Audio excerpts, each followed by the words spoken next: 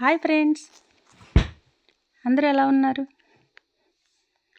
ఉదయం నుంచి ఒకటే వర్షం అండి. ఈ వర్షంలో వేడివేడిగా చేపల పులుసు వేసుకుని తింటూ ఉంటుంది, చాలా బాగుంటుంది. అందుకని ఈరోజు మన స్పెషల్ చేపల పులుసు.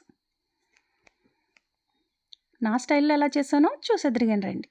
2 చిన్న ఉల్లిపాయలు ముక్కలుగా కోసుకొని, 2 లవంగాలు, చిన్న దాల్చిన చెక్క, 4-5 రెబ్బలు వెల్లుల్లి, కొంచెం జీలకర్ర వేసి బాగా మిక్సీ పట్టాలి.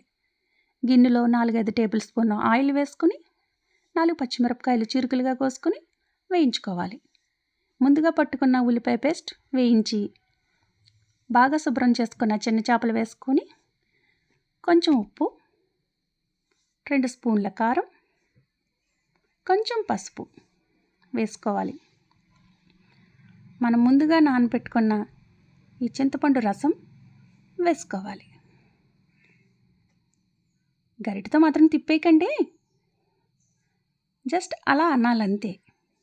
బాగా తిప్పేశారనుకో చేపలు విరిగిపోతాయి.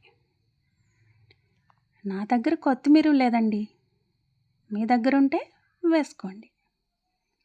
ఇదిగో ఇలా మామిడికాయ ముక్కలు వేసుకొని కొంచెం కరివేపాకు వేసుకొని జస్ట్ 2 నిమిషాలు అలా ఉడకనిస్తే సరిపోతుంది.